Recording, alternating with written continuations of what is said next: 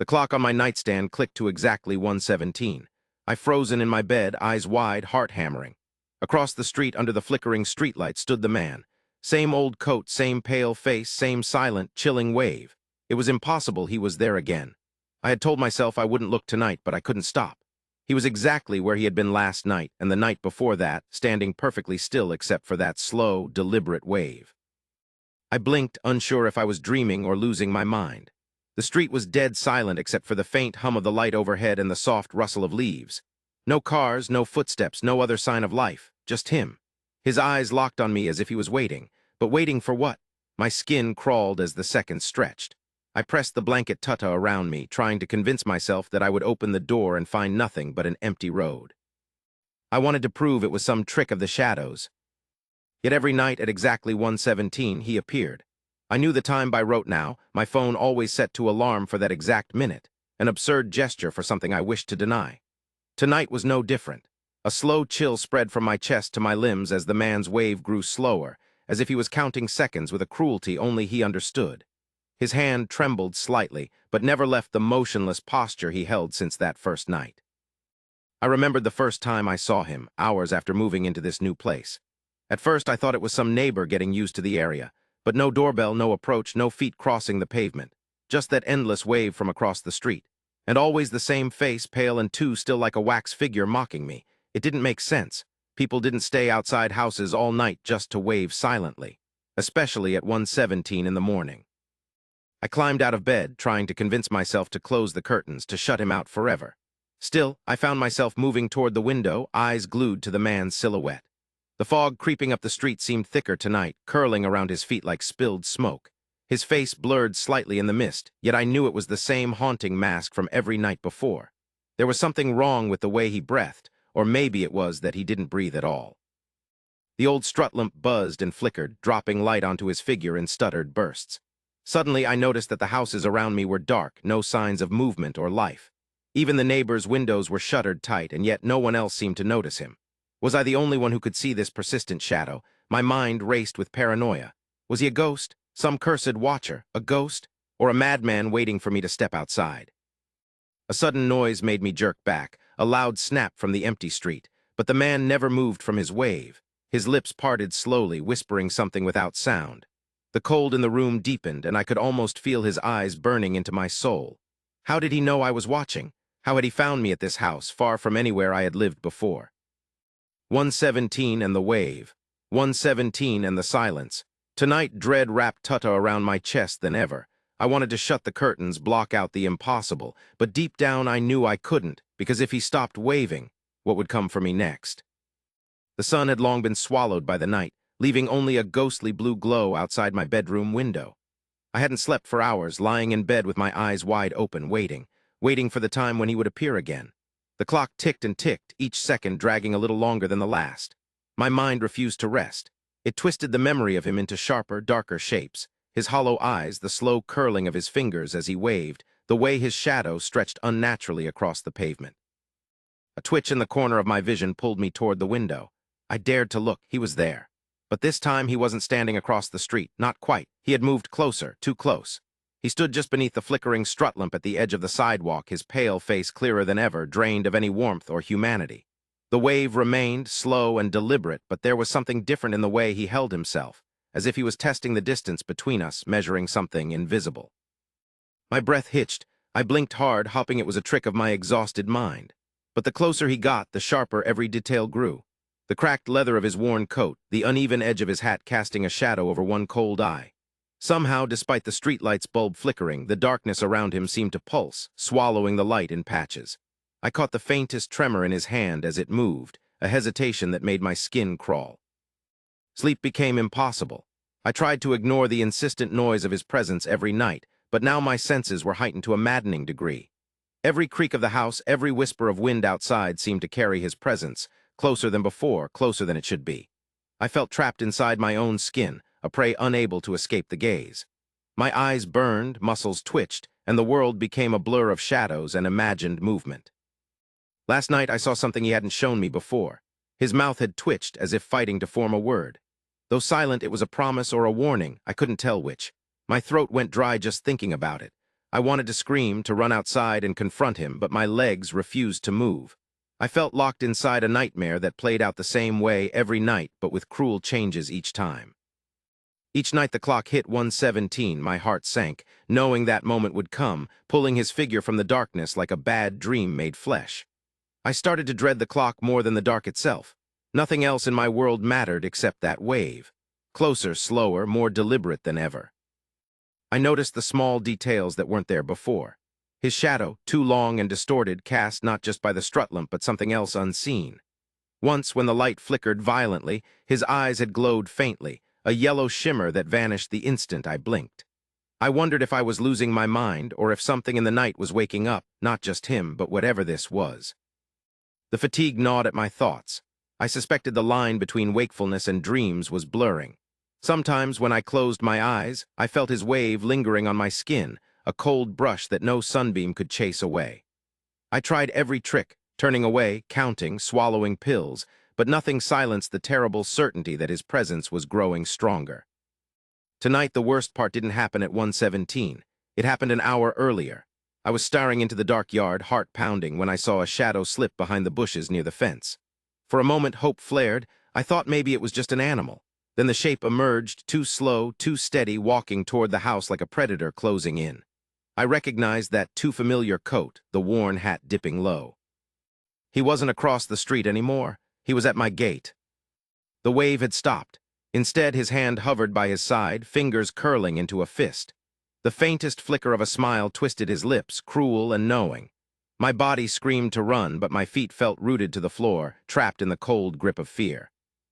The next second, he raised his head, his eyes burning with a furious intensity that I could no longer deny. Tonight, he was closer than before, and he wasn't just waving anymore.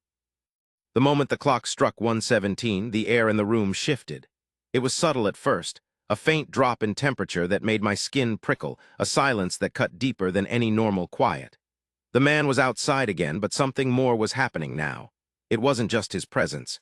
It was as if the very world around me warped and cracked under his gaze. I stumbled toward the window, hands shaking. The streetlight flickered wildly, casting twisted shadows that danced like phantoms in the thickening dark. The man's shape loomed near the curb, his pale face more ghastly than ever. But beyond that, the neighborhood felt empty, not empty as in quiet, dead empty, like life itself was retreating. The trees stood rigid, their leaves unmoving in a night that should have held some breeze. Even the distant hum of the city had died down. I tried to look away, tried to ground myself in reality, but the moment dragged on. The seconds stretched and warped. An entire minute ticked past, yet the clock's hands barely moved. I blinked hard and realized the world had twisted around this impossible moment. Time didn't flow as it should anymore. I wasn't just watching his wave. I was trapped inside a loop that held me prisoner. This wasn't just paranoia or exhaustion. Something darker had taken hold. The walls of my room seemed to close in, shadows thickening like a physical weight pressing down on me. I ran to the door, desperate to get out to breathe fresh air, but the door wouldn't budge. My fists pounded against the wood, each strike echoing hollowly in the suffocating stillness. Outside, the man's wave became slower, deliberate, almost mocking, as if he was aware of the trap he had set. The clock's hands jerked suddenly, leaping from 1:17 to 1:58, then back again. I tried to steady my breathing, but the confusion gnawed at my mind. I could have sworn the night had stretched into eternity. My phone was dead. No calls, no messages, just a blank, useless screen. The battery had drained in minutes, as if the man's presence sucked the life out of everything nearby. I backed into the corner, catching my breath. The curtains fluttered, but there was no wind, only an unseen force moving the fabric like fingers brushing cold skin. I caught a glimpse of the street as a car sped by, headlights sweeping past, the sound distant and muted. Yet when the light passed over the man, he was gone. Where did he go? I blinked again, heart roaring in my ears. The minute hand snapped backward like a broken record. The man reappeared, closer than before, half hidden in the shadow of a tree that looked twisted and unnatural, its limbs bending like claws. I realized the house felt different too. The rooms were darker, colder, as if something was draining warmth and light from every corner. My reflection in the window caught my eye, pale, drawn, eyes wide with something raw and desperate. But for a split second, I saw another face behind me, a shadow lingering just beyond my shoulder, slipping away when I turned. The world felt fragile, breaking under pressure I couldn't explain. Time moved like a broken watch, hours colliding and folding over themselves. I began to lose track of minutes, sometimes believing days had passed in moments. The silence was oppressive, drowning out everything but that impossible wave. I tried to call anyone, but no signal came through. The phone still dead, the battery and bars vanished like the man's footprints in the cold asphalt. I sat frozen, eyes locked on the street. A sudden shiver ran down my spine as I noticed the cracks forming in the pavement around his feet. They didn't look like cracks from weather. They were jagged, unnatural fissures spreading outward like dark veins poolsing beneath the surface. The streetlight flickered one last time, then died completely. My breathing stopped as a shadow burst from the darkness around him, stretching and reaching toward my window. It was not his, but something born from him. A watcher's shadow breaking loose, inching closer with a hunger I could feel deep in my bones.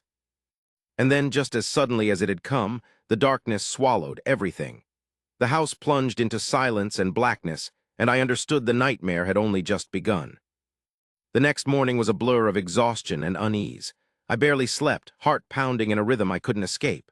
When dawn finally cracked the sky, I stumbled out of bed and stared at the street below. The man wasn't there, but his presence lingered like a stain I couldn't wash away. The air still felt heavy, thick with something unseen. That afternoon, as I cleaned the porch to distract myself, I noticed something strange by the garden gate. At first, I thought it was a crack in the paint or a scratch on the wood, but when I knelt closer, I saw it wasn't natural. Scratched into the weathered wood were letters, jagged, uneven, as if carved frantically with a sharp object. They spelled something I couldn't quite understand at first, an arrangement of letters that looked like a name or a warning. The word was watch. I ran my fingers over the rough edges, a cold shiver crawling down my spine. How had those letters appeared overnight? I was certain I had checked the gate before going to bed. I didn't own a tool sharp enough to carve like that, and no one had been near the house while I slept, or so I thought. My eyes darted to the street, half expecting to see the man standing there, waving silently. But the road was empty, quiet except for the distant hum of traffic. Still, the feeling of being watched didn't leave me. It had only grown. That night, unable to fight the pull of curiosity and fear, I stayed awake, watching and waiting. The clock crept toward 1:17, every tick scraping nerves raw. As the minute hand aligned, a faint glow flickered outside, as if the streetlight had come back to life. And there he was, closer than ever, standing just on the edge of the yard. But this time he wasn't alone. Behind him, shadow shapes writhed like smoke, twisting and curling in ways no living thing should. My breath caught when I noticed another message, this one etched into the dusty windshield of my car parked in the driveway. The word glowed faintly in the dim light, silence. I backed away, heart hammering. Who was this man, and what was he trying to say? Why were these words appearing on surfaces near me, once only seen under his cursed watch? I needed answers.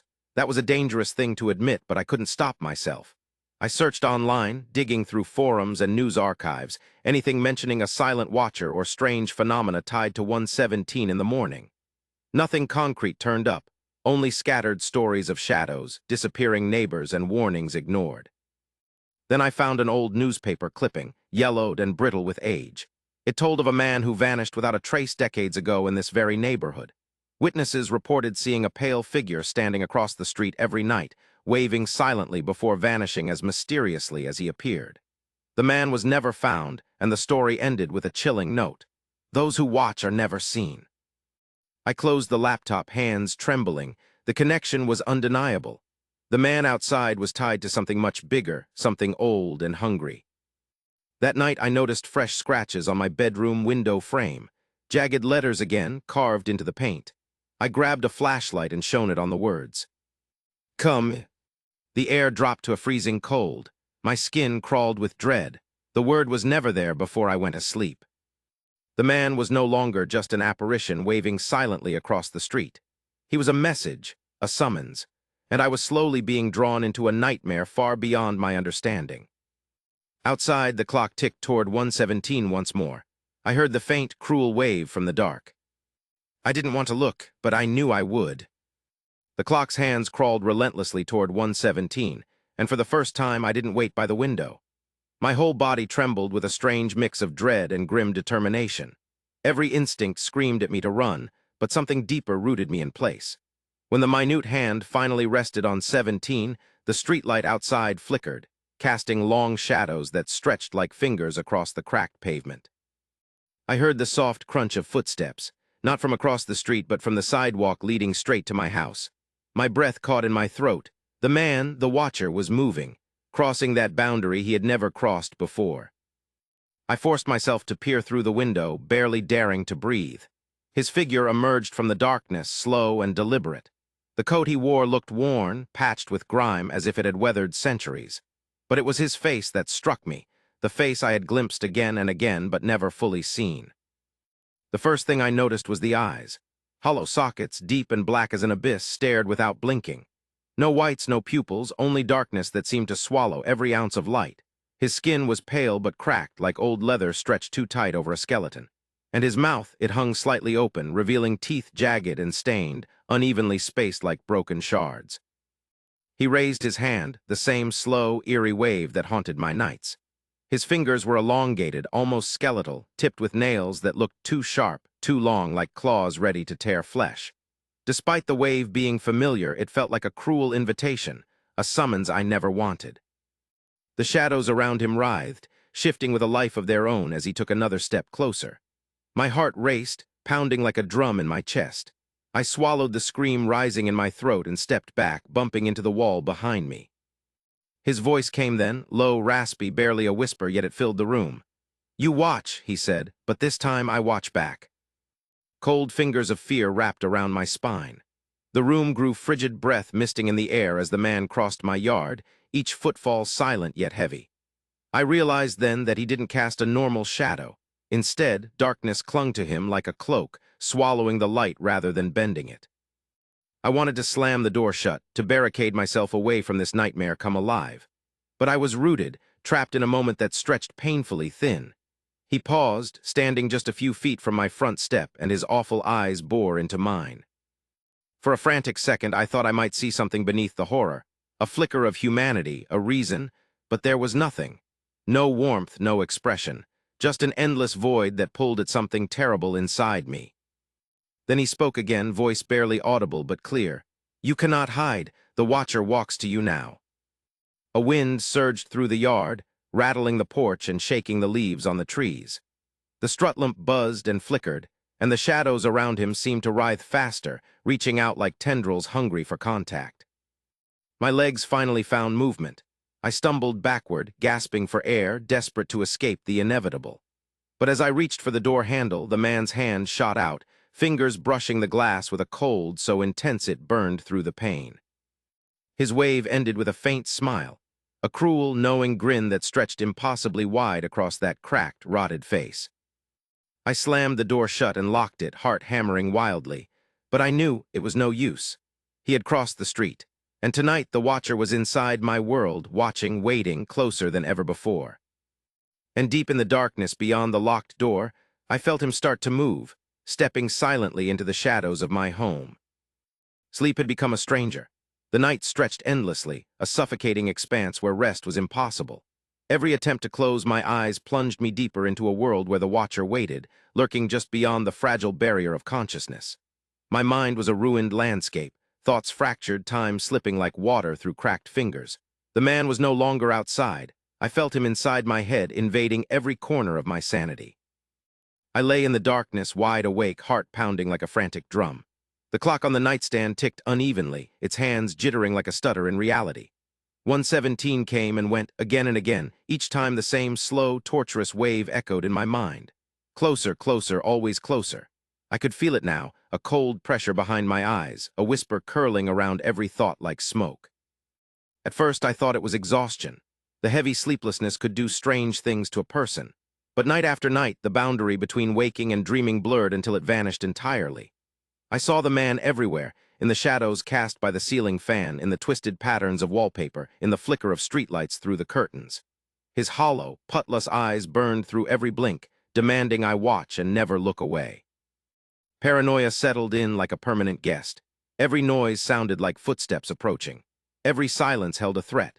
Sometimes I caught myself staring at the door, heart hammering, convinced he would appear the moment I looked away. My hands trembled constantly, skin slick with cold sweat. I was trapped by hunger and fear, unsure if day or night truly existed anymore. Conversations blurred past me during the day. Faces spoke words that seemed distant, meaningless, as if I was trapped inside a fog that separated me from the world. I tried to tell someone, anyone, but the voice in my head drowned me out with a steady, unyielding chorus. Watch. Last night, or what felt like last night, my reflection in the mirror no longer looked like me. The eyes staring back were black holes, empty and endless. When I blinked, I thought for a terrifying second I saw the man standing just behind me, a twisted smile curling on his cracked lips. I spun around, breath catching, but the room held only shadows. I tried to run to escape the collapsing edges of my own mind, but the darkness clung to me. I felt the man's presence not just in the room, but inside my thoughts, rewriting memories I didn't want to remember. Faces of friends morphed into his pale visage. Sounds twisted into the soft scraping of nails on wood. Even time itself felt like a lie, minutes stretched into hours, hours collapsed into moments. One particularly long night, I found myself sitting by the window, staring at the empty street. The strut lamp flickered and died, leaving me wrapped in blackness. His figure materialized then from nowhere and everywhere at once. He was closer than ever, so close I could see the cracked skin and dark voids where his eyes should be. He didn't wave this time. Instead, he pressed his hand against the glass, his fingertips cold and slimy, a touch that burned into my very soul. The man's presence threaded through me like a poison, seeping deeper, draining my will. Each breath became a battle, each heartbeat a reminder that I was losing. Somewhere beyond the shattered remnants of my mind, a sinister voice whispered, colder than winter's breath, "You belong to the Watcher now." I wanted to scream, to fight back, but my voice was swallowed by the darkness. The line between nightmare and reality had shattered, and I knew one thing with terrible certainty. The Watcher was no longer outside. He was inside. The night was thick with a silence so heavy it crushed the air from my lungs. I sat staring at the cracked mirror propped against the wall, unable to tear my gaze away. It was no longer just a reflective surface. It had become a portal to something wrong, something that twisted the familiar into nightmare. For nights, the man who waved every single night at exactly 1:17 had invaded my thoughts, my dreams, my reality. Now he was invading what I saw, my own image reflected back in broken glass. When I looked into the mirror, I no longer saw myself alone.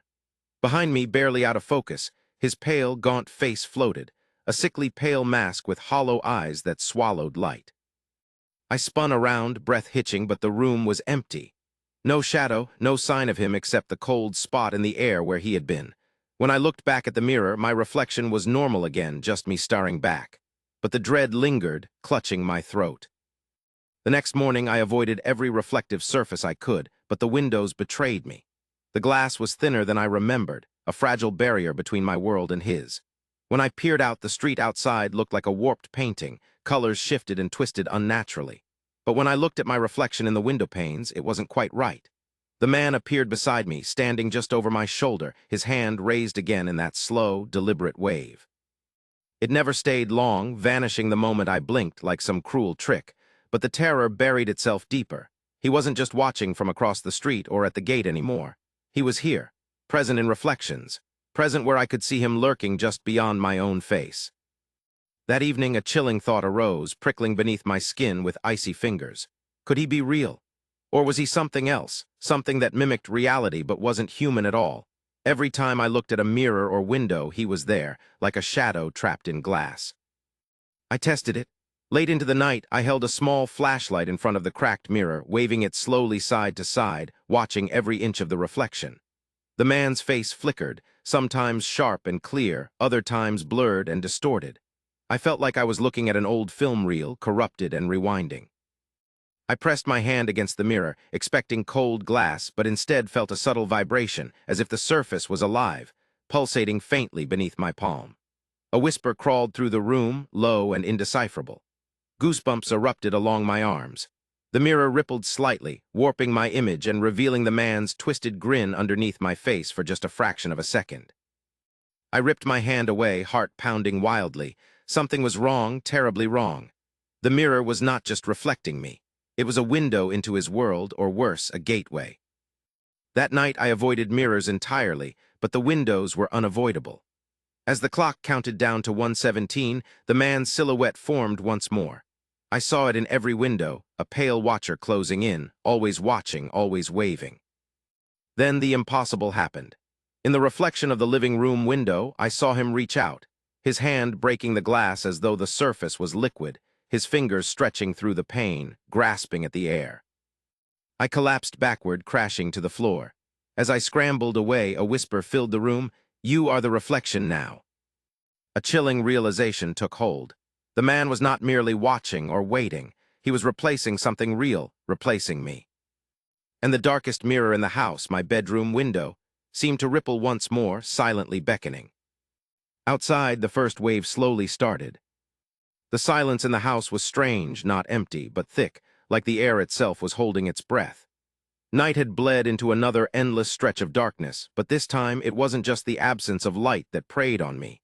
It was what I couldn't see, but that clawed at the edges of my mind, whispering beneath the quiet. As the clock edged closer to 1:17, I felt the familiar weight pressing down, a cold, patient presence waiting beyond the walls. Then, beneath the heavy silence, faint voices began to stir. They weren't loud or clear. Instead, they whispered in threads of half-formed syllables, like the rustling of dry leaves or murmurs just beyond comprehension. I froze in the dark, ears straining. At first, it sounded like empty scrambling sounds, hollow breaths brushing over broken words. But then, out of the wavering whispers, I caught fragments, words that made my blood run cold. "Watch, wait, come." The voices seemed to echo from every corner, from behind the walls, from beneath the floors. Yet their source felt impossibly close, as if they were breathing right next to me, whispering secrets I was never meant to hear. The man, the watcher, was speaking through them, or rather he was letting others speak through him. More whispers gathered and swirled, overlapping like a dark tide. I heard desperate cries, low moans, and terrible warnings. Voices of people long gone, or perhaps stolen, trapped between worlds by him. The whispers dragged me down a spiral of fascination and fear. One whispered phrase repeated more than the rest, chilling me to the bone. "He takes, he watches, he waits." The weight behind me shifted, and I swallowed hard, heart racing like a trapped animal. I dared to turn toward the window just as the clock struck 1:17. Outside, his form stood perfectly still, framed by the flickering strut lamp's sickly glow. But it was his mouth that caught my attention. It moved, shaping words that still sailed just beyond sound. Yet the whispers inside my mind grew louder, clearer.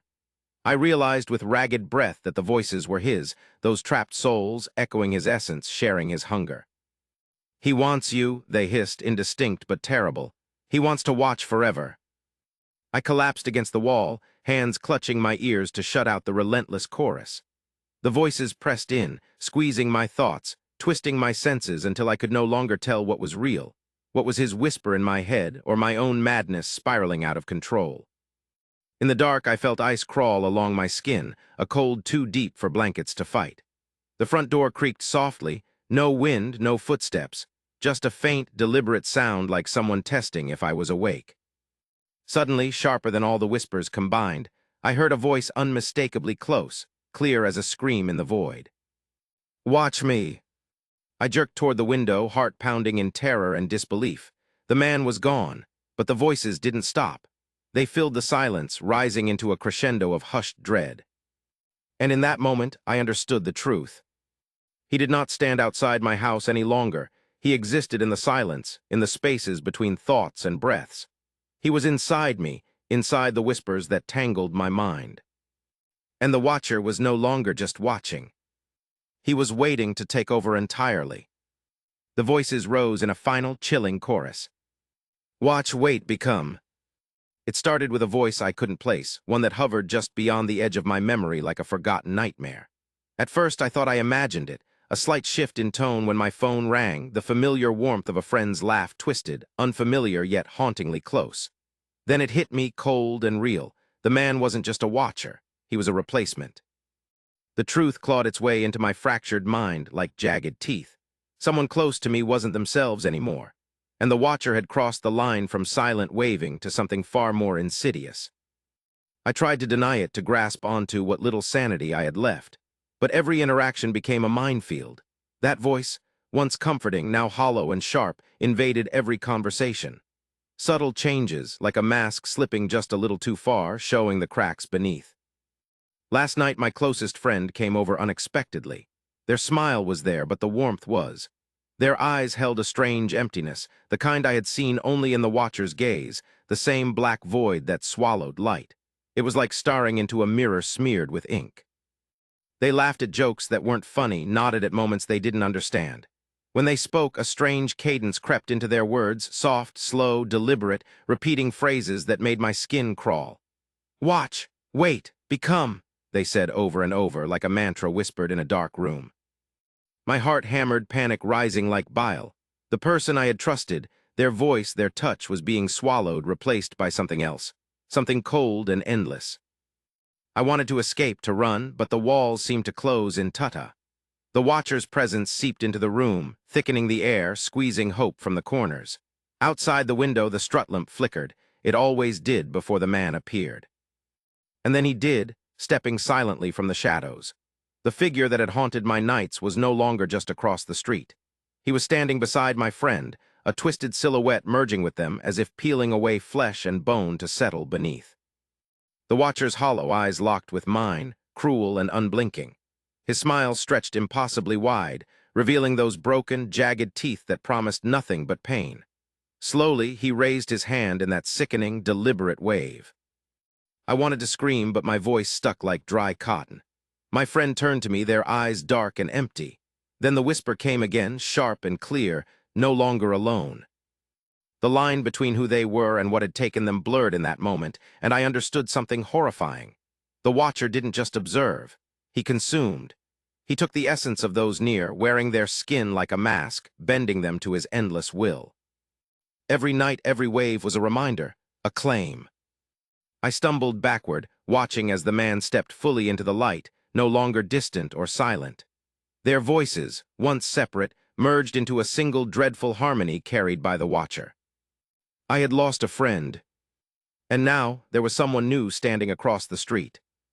Waiting, waving, watching, and I knew this nightmare had only just begun.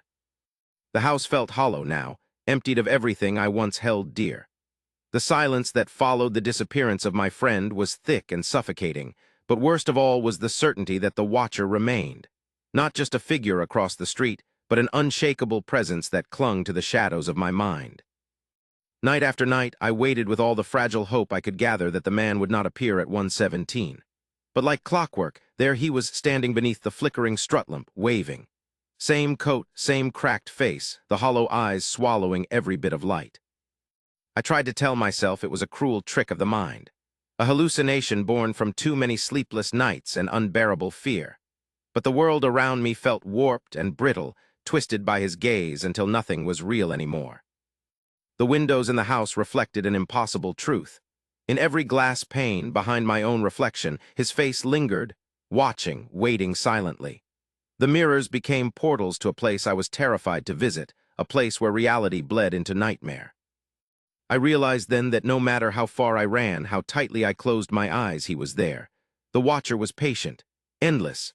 I was trapped in a silent world where his slow wave was a promise and a threat.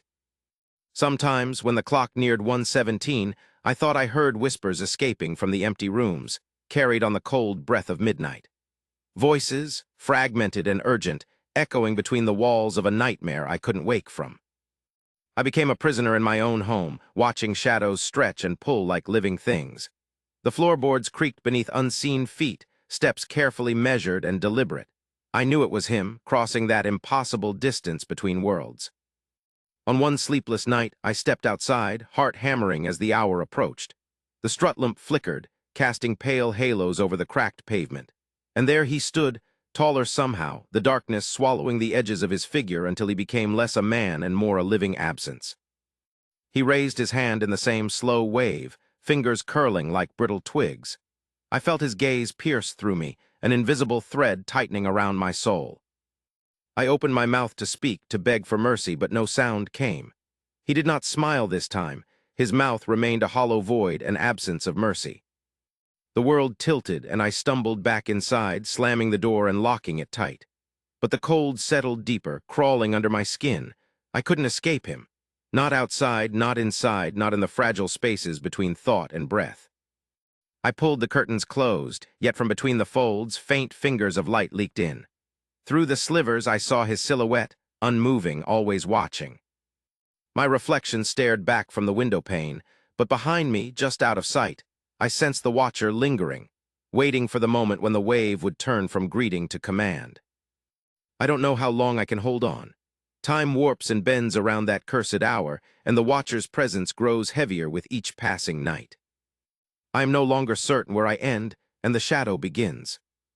The clock ticks once more toward 1:17, and across the street he stands waving, waiting, watching, forever.